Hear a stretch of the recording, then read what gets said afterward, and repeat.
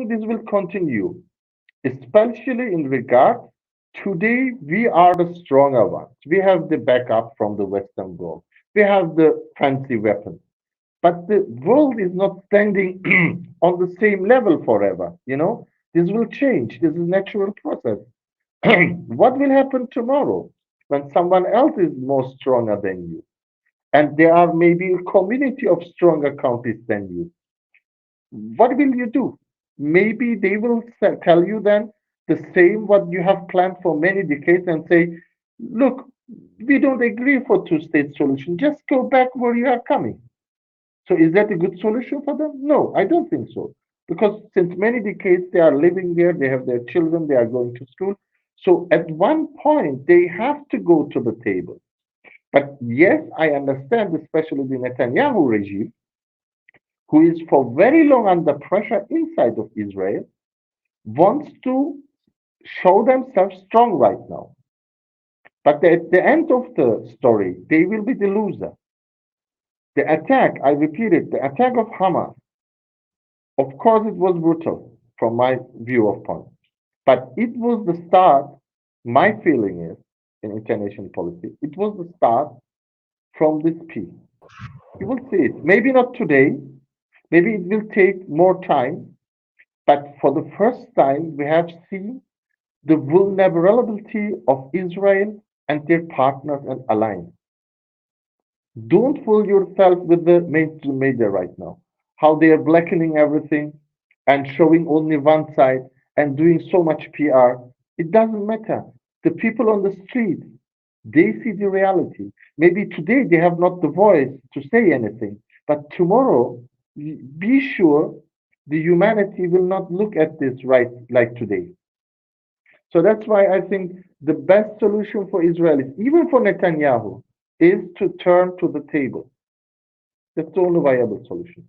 Otherwise, Israel will just make himself a past of history. Thank you. Yes, But don't you believe they've already kind of done that? Is there any doubt? Because, like, for example, recently it was a two-state solution, and then there were designated areas, but the settlements and systematically how they've come across and the reactions.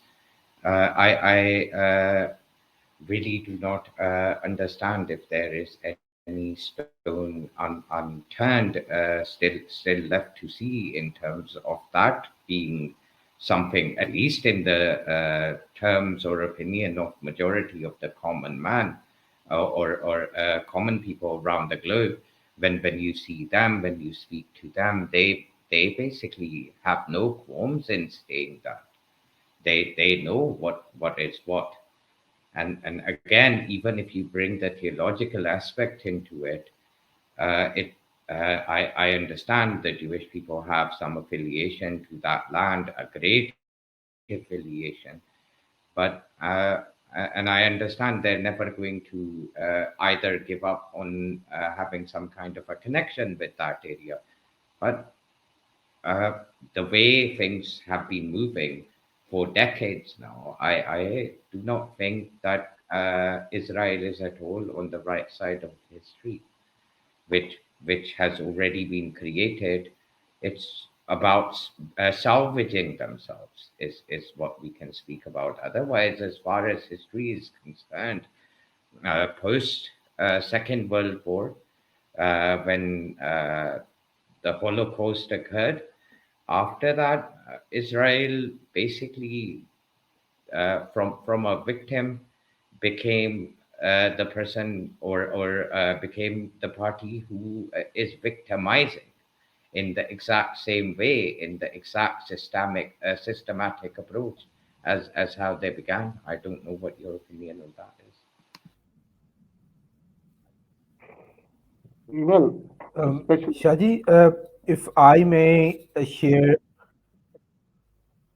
yeah, I just wanted to share with the panel what exactly is the thought process that at least the leaders of Israel are going through. In the recent speech by Netanyahu, he described Palestinians as Amalek. Now, what there is a whole biblical story in regards to Amalek, what they are doing, what the IDF is doing in Gaza right now, and why is it bombing like crazy? Why is it raising everything down? I would like to share the speech with the panel. Allow me to do that, and then you can all see what they think about uh, the Palestinians. There you go, gentlemen.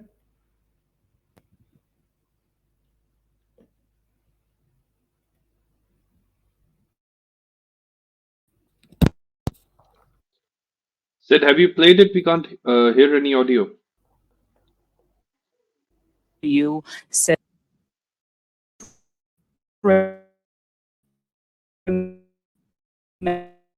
Remember what Amalek has done to you, says our holy Bible. And we do remember and we are fighting our brave troops and combatants who are now in Gaza or around Gaza and in all other regions in Israel are joining this chain of Jewish heroes, a chain that has started 3,000 years ago from Joshua ben Nun until the heroes of 1948, the Six-Day War, the 73 October War, and all other wars in this country.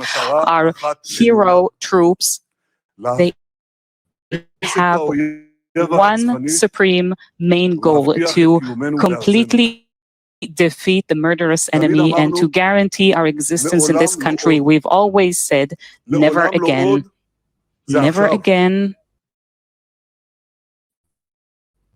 is now. This was a documentary by Middle East Monitor. So they are describing the Palestinians as Amalek. Do you know what the Bible ordered King Samuel in regards to Amalek?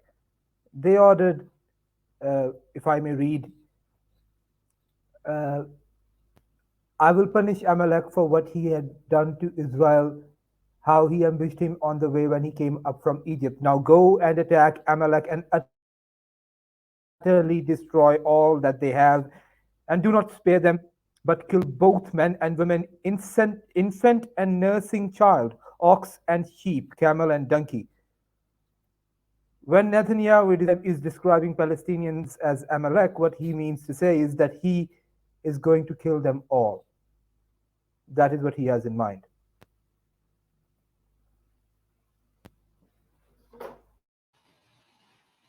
Okay, so I think we should recap the room a bit. We have a new speaker, Andolan, with us. So, Andolan, we are today having the conversation in English because we have panelists who can't understand Hindi or Urdu. So, what we are discussing today is the scenarios in which the conflict can be resolved, the possible or logical scenarios where there can be a conclusion to this conflict. And the first scenario that we are discussing is the displacement proposal. So, if you have any initial thoughts, please go ahead. Uh, so if you can, I was not there at the initial beginning of the conversation. So while you're summarizing, if you can summarize the whole debate till now, and subsequent to that, if I can comment. So, basically, the proposition is to displace all the Muslims or Palestinians from the region and what implications it might have. We discussed certain possibilities, whether it is possible or not possible, and then basically discussed what the greater Israel uh, plan is. A bit of I must say going back to theology and religion, but on ground, we were discussing the proposition of displacement. So this is what we discussed. And if you have any initial thoughts on the proposal of displacement, or also want to discuss the consequences locally or internationally, if displacement is being implemented in the region. So Ji when you Andolan. say displacement,